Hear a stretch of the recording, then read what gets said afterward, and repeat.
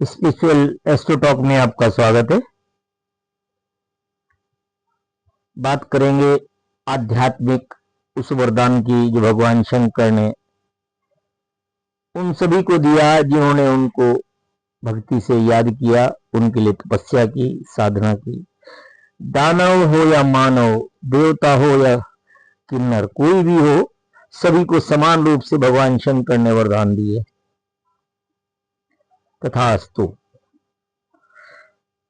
देव ने उस वरदान का सदुपयोग किया सकारात्मक रूप में और दानव ने उस शक्ति का दुरुपयोग किया नकारात्मक रूप से। वही इष्ट है, वही भक्ति है, वही देने वाले हैं, पाने वाले अलग अलग विचारधारा के।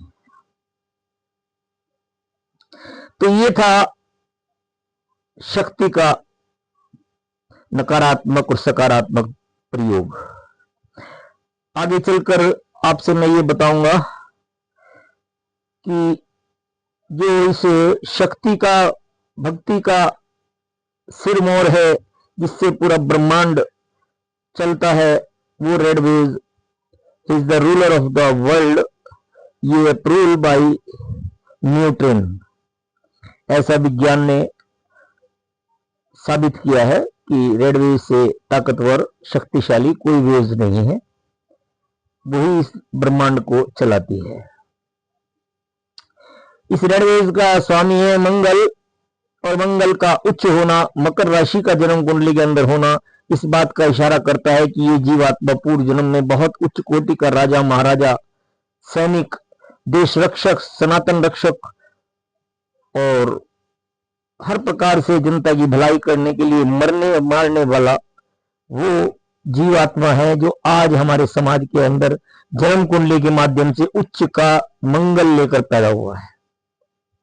उच्च के मंगल की क्षमता, उसके बाद उसके 100 ग्रह, 8 मत्स्य की क्षमता, उसके बाद 1 नंबर मेष राशि के मंगल की क्षमता, और फिर नीच के मंगल की, अपने आप में बहुत ही शक्तिशाली और अभूतपूर्व शक्ति के स्वामी होते हैं।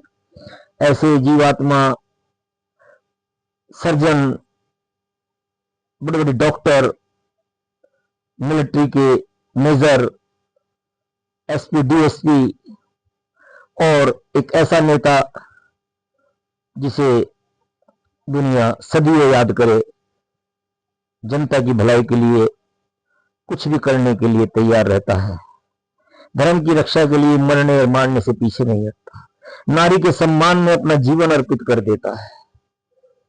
ऐसा नेता कहलाता है जो उच्च के मंगल का होता है। और यदि मंगल के साथ केतु का समागम हो जाए, केतु का प्रभाव आ जाए, तो वो महान शक्ति का प्रकाश पुंज बन जाता है। इस केतु की महिमा मैं आपसे अगले चैप्टर में फिर भी जिक्र करूंगा। बुध के साथ केतु, गुरु के साथ केतु, क्या शुक्र के साथ केतु, सूर्य के साथ केतु का क्या फल मिलता है। अभी आज चर्चा मंगल के साथ कर रहे हैं। तो मंगल और केतु यदि आपकी जन्म कुंडली में मिथुन राशि और तुला राशि के हैं, और दोनों की साथ में केतु की और मंगल की दृष्टि यदि मकर राशि के ऊपर आ जाती है, दोनों की, केतु और मंगल दोनों की दृष्टि, मंगल केतु की दृष्टि यदि मकर राशि पर आ गई है, तो आप समझ लीजिए परमाणु बम है, आप महान शक्ति के भंडार हैं, और आपकी तुलना शायद ही ब्रह्मांड के अंदर दूसरा कोई आपका मुकाबला कर सके। और याद रखिएगा, यही मंगल और केतु यदि वृश्चिक पर आते हैं दृष्टिपात, तो उसका असर थोड़ा, प्रभाव कम होता है। मेष पर थोड़ा और कम होता है, नीच पर आते हैं तो कुछ और कम होता है। परंतु यदि यही मंगल और केतु हमारे लिए रक्षक और देश के लिए भक्षक बन जाते हैं, समानांतर डिग्रियां एक दूसरे को पूरक होकर उनके अंदर एक ऐसा जलजा ताकत, शक्ति, प्रकाश पुंज पैदा करता है, जिससे जे अब्दुल कलाम बन जाता है।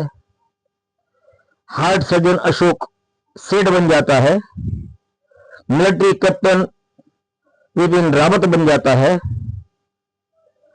और उत्तर प्रदेश के माननीय मुख्यमंत्री आदित्य योगी नाथ बन जाता है। ये उच्च के मंगल की उच्च के मकर राशि के ऊपर जो दृष्टि होती है, तुला राशि का हो अथवा मिथुन राशि का मंगल हो और उसकी डिग्री 20 और 30 के अंदर हो, तो उसकी शक्ति का अंदाजा आप लगा नहीं सकते। अपने आप में अभूतपूर्व महान शक्तिशाली परमाणु शक्ति का स्वामी होता है। वो देश के लिए मरता है, देश के लिए मारता है, देश की जनता की भलाई के लिए कुछ भी कर सकता है। और यदि इसी का संतुलन हो जाए तो कलाम की बजाय कसाब बना देता है, दाऊद इब्राहिम बना देता है, मेमन बन जाता है और इसी से तरह तरह के उग्रवादी पैदा हो जाते हैं। ऐसे